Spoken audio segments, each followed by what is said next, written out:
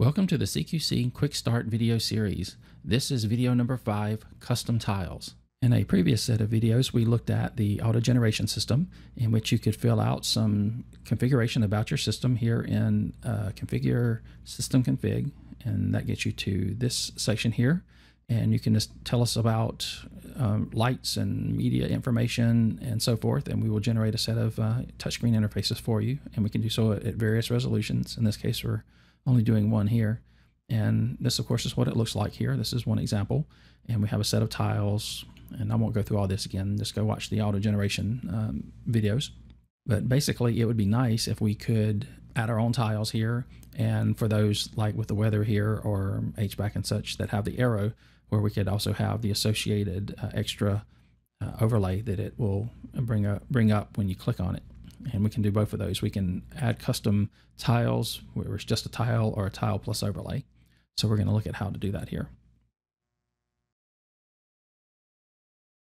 So first what we're going to do here is we need to create a tile, and we'll just do the plain tile first, and it's just this part inside here. So it's not the outside frame and everything. So all we have to do is just create the content that goes in here. We don't even have the background. That's provided as well. So we just create the content. And it needs to be 390 by 230. So let's create one of those first. And what we're going to do here, I would like to keep it all together, but right now I'm generating into this auto gen, and for each resolution it creates a subscope under that and spits out the scaled versions of the auto generated content. If we tried to put some of our custom content down inside here, it would just get deleted every time. So what I'm going to do is just delete this. And then I'm going to create 2 separate scopes under here. One will be for the output, the auto-generated output, and the other will be for our custom content.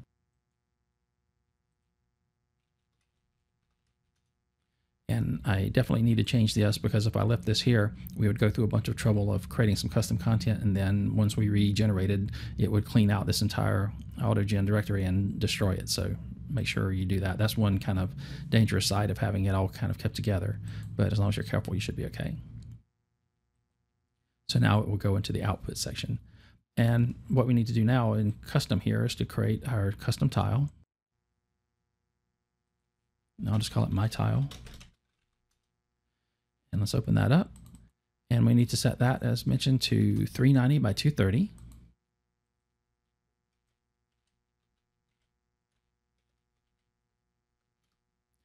And although we don't provide the background, let's set it to something remotely similar to what the color would actually be, so that we can kind of get a feel for what it's going to look like. Maybe something roughly like that. Okay, and just to make sure that we are getting what we think we are, I will just add a static text in here. So I'm doing new and textural static text, and I'll just set the text to like my tile. Let's size that up a bit.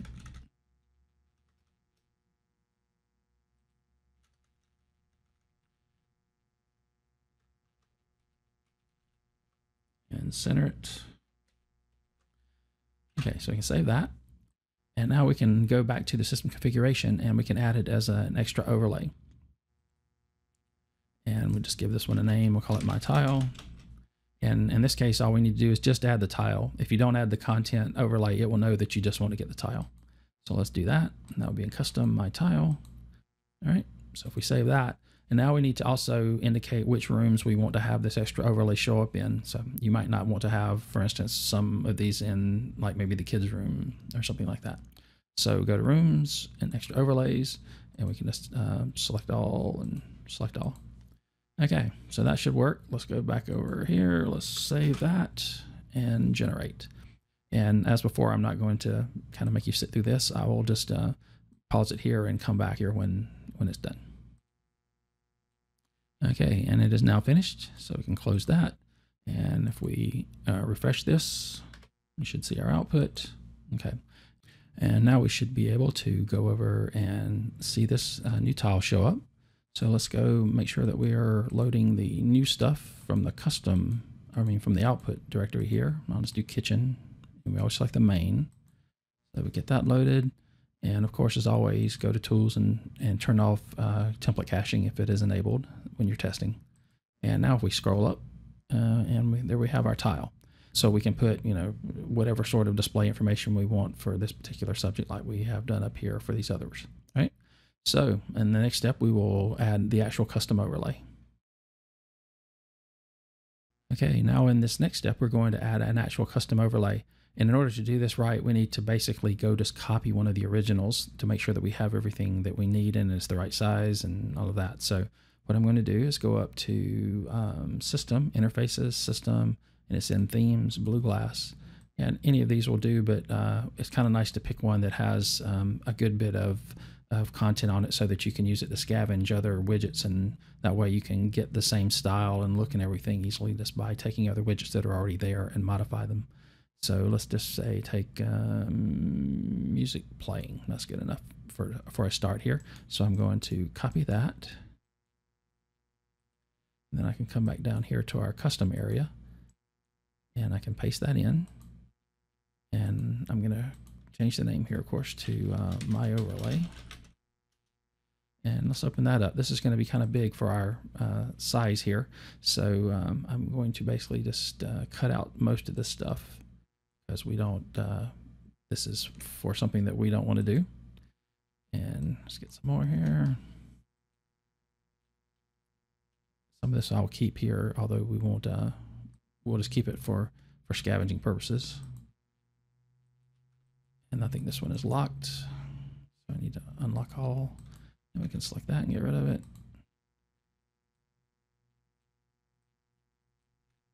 Those. I think that's it. And we can get rid of these buttons down here. We'll keep one button for our, basically just keep one of the buttons if you want so that you can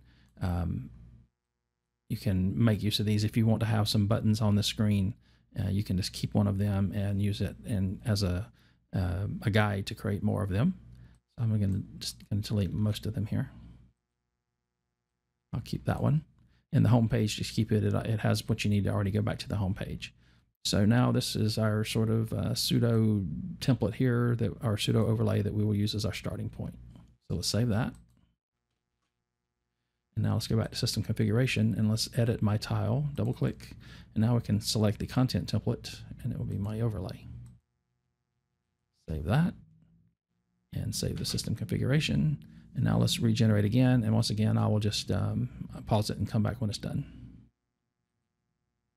In this case, I don't need to do the images since I just did them. Okay, now it is done. So close that. And if we go back over here, of course, make sure that template caching is off and we can just do a reload this time. And now we should have a button here. And if we click that, it should take us over to our tile. So that's it. You can just now start filling in your content on this overlay. And since it is the right size as the originals, it'll get scaled correctly.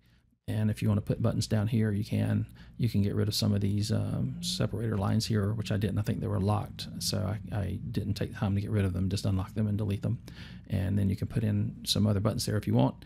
The only kind of gotcha here that you need to be careful of is that as it stands now, you can't really use any pop-ups from this custom content. The reason being that the auto generation stuff won't know that it needs to scale it because it doesn't know it exists. And that would also mean that it is now, it will remain back in its original location so that it will have this, it has to have a fully qualified path to it because unlike all the auto-generated stuff, it's not generated into the output, so it can't use a relative path. So that's currently a limitation. But other than that, you can, if it's just a fairly general purpose and not too big sort of pop-up, you could just use it as long as it will fit on any of your scaled output sizes. So just be aware of that as a limitation. All right, so that's it. This should allow you to do some fairly good customization without having to take over manually the output of the auto generation and lose the ability to regenerate, which is a big deal. So we'll see you in the next video.